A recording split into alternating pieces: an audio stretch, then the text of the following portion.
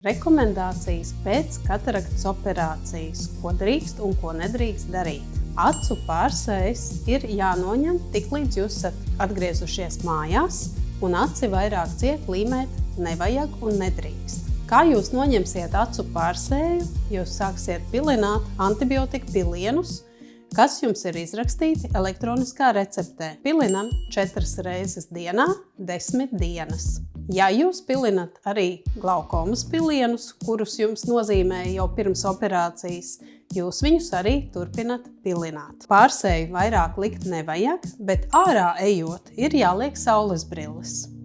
Pa māju saules brilles nesāt nav vajadzīgs. Televizoru skatīties drīkst, tālumā skatīties var. Ja vajag samaksāt kādu rēķinu vai neilgi ieskatīties datorā, to drīkst darīt, bet ilgstoši skatīties nerekomendējam apmēram 2 nedēļas. Neliecamies un necilājam smagumus.